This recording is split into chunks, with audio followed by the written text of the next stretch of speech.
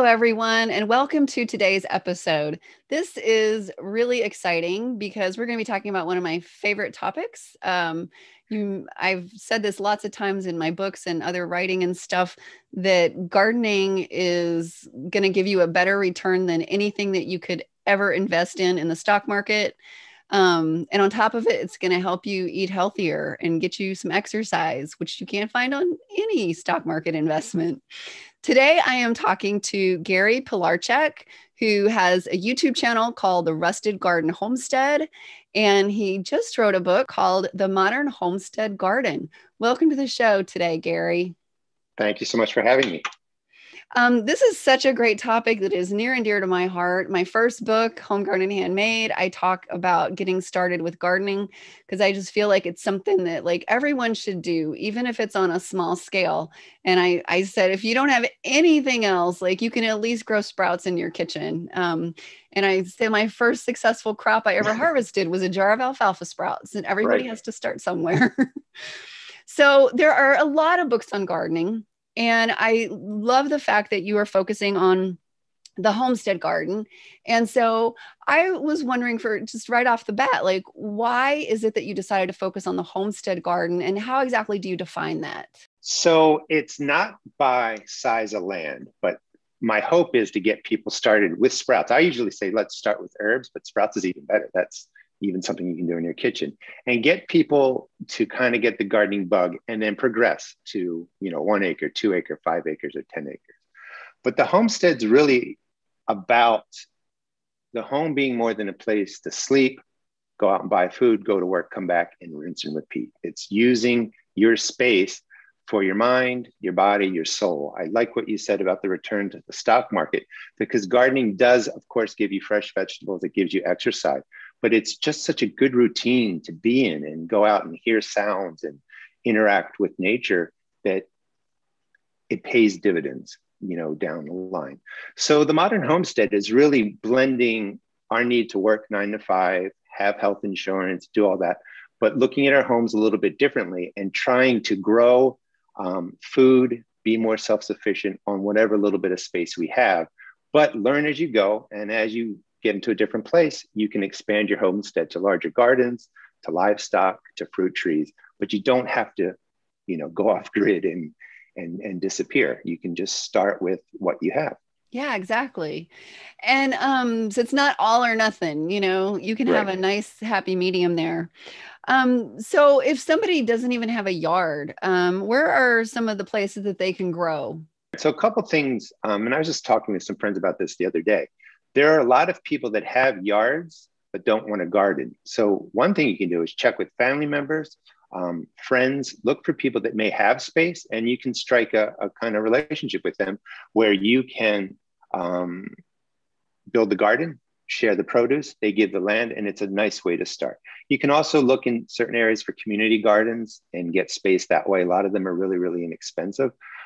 If you're not able to find anything like that, sometimes talking with your church, with your schools, they want gardens for, their places, and you can do that. Or, you can start with sprouts, or you can start with herbs on a windowsill, and just begin growing and learning how to do all that and progress again as you get more space down the line. Okay, great. And if somebody wants to start gardening, this is one of my challenges, even after doing it for so many years. You get a seed catalog and you have thousands of choices. Yeah. What do you recommend? Like, what are some of the best vegetables for a beginner to start with? Well, first of all, I love seed catalogs, and you're right, it's overwhelming because you end up ordering more than you're ever going to grow or that you have space for. But gardening and using catalogs does give you a whole new world, the things that you don't find at the big box store. So they're nice for that. But start with what you like. Most people like tomatoes, peppers, cucumbers. You can go with kale, collard greens. Peas are a wonderful vegetable to start with. Pole beans, those are all really easy, with the sense of that you can grow peas when it's cooler, you can grow pole beans when it's warmer. You can grow them out of the same container, which I recommend about a 20-gallon container, which is shoulder wide, a nice big hole. The biggest mistake people make is planting in too small containers. But get a nice large container. You can start with peas and with beans. You can also grow determinate type tomatoes. They get to a set height, maybe 3 feet, produce flowers and fruit, and then they die off. That's a nice contained tomato that you can grow. And peppers are wonderful to grow in containers too. You don't need a lot of space. You can put 2 in that larger container, 10-gallon container, 20-gallon container, and see if you like it, and start from there. Also, you can throw in basil, cilantro, your herbs that a lot of people love and enjoy, and incorporate that into your cooking and stuff like that. I'm so glad you mentioned peas, because if someone has not ever had fresh peas right off the vine, they really have no idea what they're missing. When we visited Monticello, Thomas Jefferson's home, a bunch of years ago, I remember the gardeners saying that they always grew lots of peas because that was Thomas Jefferson's favorite vegetable. And I thought that man was crazy, because all I had ever had were those mushy peas in a can. Right. And then for some strange reason, one year I decided to grow peas in my garden, and I had no idea when they were ripe. And so I was standing in the garden, I pulled one, I popped it open, I threw a couple peas in my mouth, and I was instantly hooked. The light came on and I was like, oh my gosh, they are delicious. I say the same thing. And that's the example I use a lot too, is you don't know what homegrown is until you grow peas. And when you get them in just ripe or a little bit immature, they're like garden candy because they're so sweet. They're not like the green starchy stuff that you buy that's mushy. Even frozen peas, they're just loaded with sugars. And as soon as you pick them, they start breaking down. And by the time they get to us, they have a different flavor. So, picking a pod right off the vine is, like eating sugar. Yeah, exactly. I called them the garden candy after that. Yeah. I don't think we ever cooked any peas from our garden. We just ate all of them raw. Most of them in the garden. That was the snack, while you're out there working in the garden, oh, I think I want some peas. Yeah. So another thing too, that can be kind of overwhelming for somebody who's just getting started is, again, if you're at the garden center or something and you see this whole wall of fertilizers and plant foods and all that kind of stuff. And I know we just use compost. If something seems like it needs a little extra boost, we'll give it some fish emulsion. When somebody's getting started, what do you recommend is the best way to feed their plants? So I agree with you. When I make videos and stuff like that, if I just said use compost, I would be cutting out a lot of people because they can't make it. But if you get to the point where you can really compost and break down manures and your weeds and grasses and stuff like that, that's wonderful. And that will take care of your garden. And then you have the granular organic fertilizers that are slow release. And most of those ingredients are usually like bone meal, blood meal, chicken manure, feather meal, and stuff like that. So when you look at the granular organic fertilizers, read the ingredients and buy what is least expensive or fits your budget, because they have the same things in there. And then fish emulsion, I do talk about a lot of too. That's the water soluble that I use primarily. And it's a 5-1-1. So it's got the nitrogen, which really greens up and gets your vegetables going. So that works really well. But you're right. When you go to the big box stores or whatever, it's just overwhelming with fancy packaging and all these things like biosome you see, or it has these good microbes or this bacteria in it. That's true. The products aren't lying to you, but good garden soil already has that. So you're just looking for a basic granular fertilizer that fits your budget, and fish emulsion is a great way to get started. Okay. Now, when somebody actually decides to start building their garden, how do you recommend that they actually get started with planting, digging in the dirt or lasagna gardening or raised beds? Correct. So they all work. You end up at the same place, at the end of the day.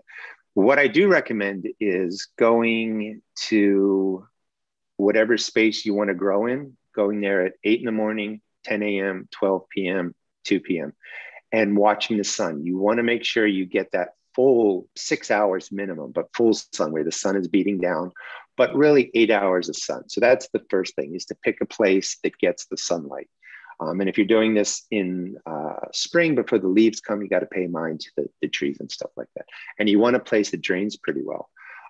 But I would recommend just starting with the size of the garden that doesn't overwhelm you. So if it's a 4 foot by 4 foot raised bed, that's great. If it's a 4 foot by 4 foot, square in the ground, that's good. If it's a big fabric pot, that's okay too. If you just want to do a row, that they're really effective, you just mount the soil up. Start that way. Lasagna garden is great too, because sometimes just say you build like a raised bed with 12-inch sides, it can cost money to fill it with store-bought soil. So if you're able to put in different materials in there and just kind of sandwich it up like lasagna, that will work. But I would recommend doing that more in the fall and letting it kind of cook over the winter, and then come springtime, you're ready to go. If you're going to start in the spring, filling it with what you have, your local soil, some store-bought stuff if you need it, but don't overstress about it.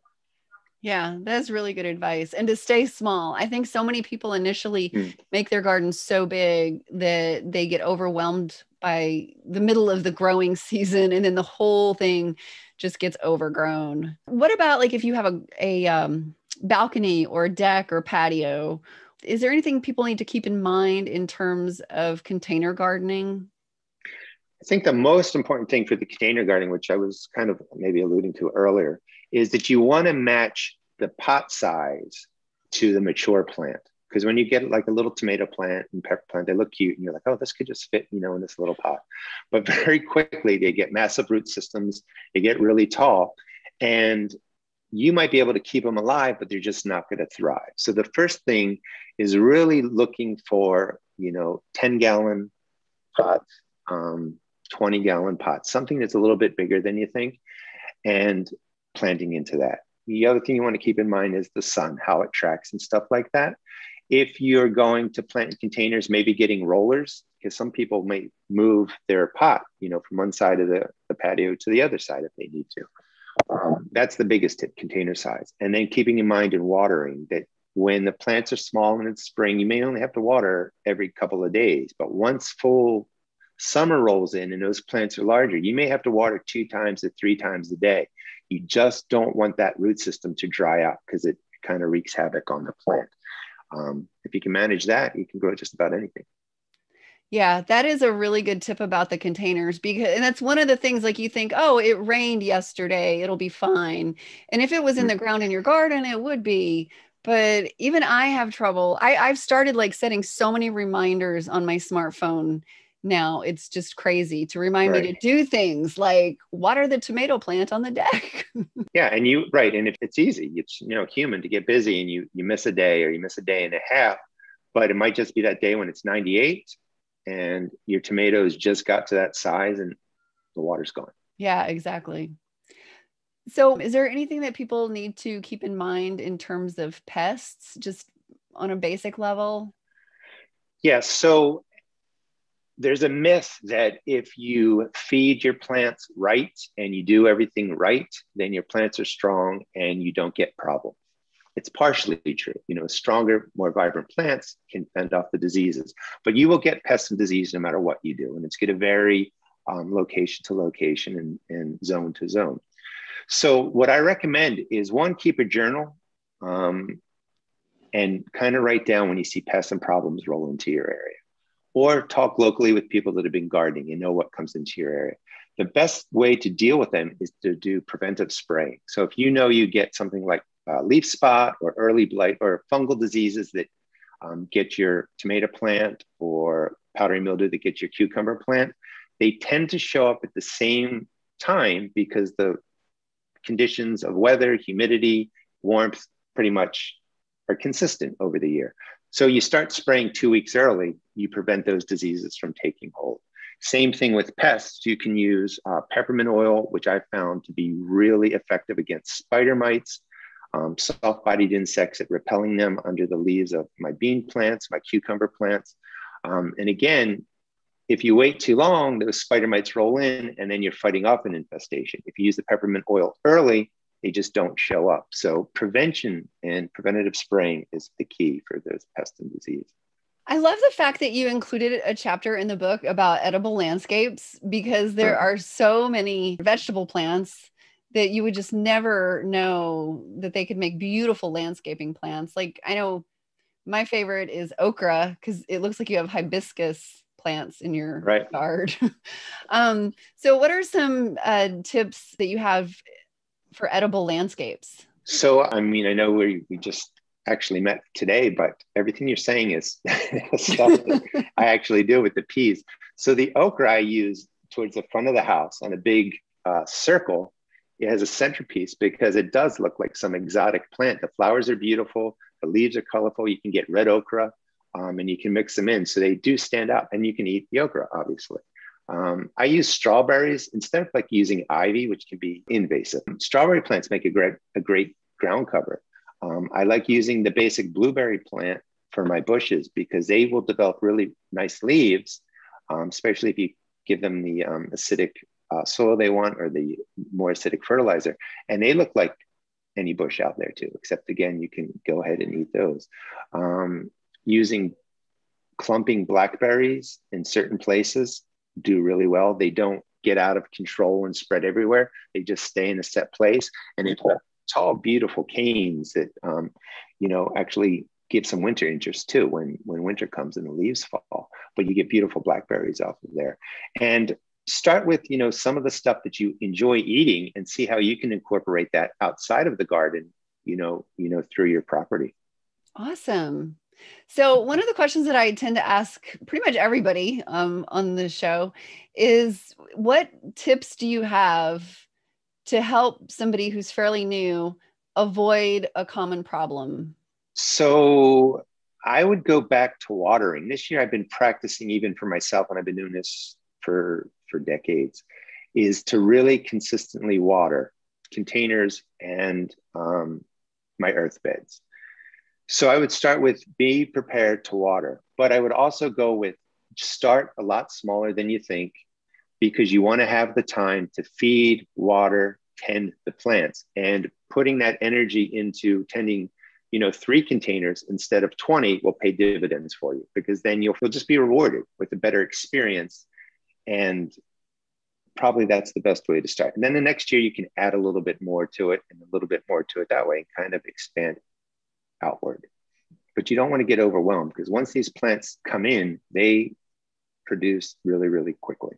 Yeah, those are really great tips. And I know those are things I had problems with too when I was new. For the garden, we have a calendar in the kitchen, and we write on there whenever there's rain, we write what the rainfall is, because you might think, oh, it rained recently. And then you look on the calendar like, no, it hasn't rained in a week. Exactly. And a lot of people don't know, it's like when you're kind of building your beds out in the earth and stuff like that, it's that top 4 to 6 inches that's really, really important. Like you can't compost 2 feet down or anything like that. So you don't have to worry about having the perfect soil. That's why lasagna gardening works well. That's why no dig gardens work well. You're concentrating that top 4 or 6 inches, but that top 4 or 6 inches of soil fills up with surface roots from your tomato plants, your cucumber plants. And that's the soil that gets beat down on by the sun. So you're really watering that top 4 inches. You want deep waterings, of course, but that top 4 inches is really, really key to having a successful garden. That's awesome. You've had so many excellent tips for people today. Can you remind us where people can find you online if they want to connect with you? Sure. So I've had a YouTube channel for, actually, this might be the 10-year anniversary, but you can find me on YouTube under the Rusted Garden or the Rusted Garden Homestead, and it's USTED. A lot of people think I say rustic, but it's the Rusted Garden. You can also find me on Facebook. I have a couple of groups, and if you search my name, Gary Pilarchik, you'll find them, or you can also search the Rusted Garden. One of the cool things and what I love about this is I get to meet gardeners from around the globe. So if you follow me on YouTube, you leave a comment, I answer 95% of them. So if you have questions, I can interact with you and help you out there. That's awesome. I love that. I wish somebody like you would have been around back when I was getting started. That's wonderful. Well, thank you so much for joining us today. I think this is going to be really helpful for people. I had a wonderful time, and very much thank you for having me.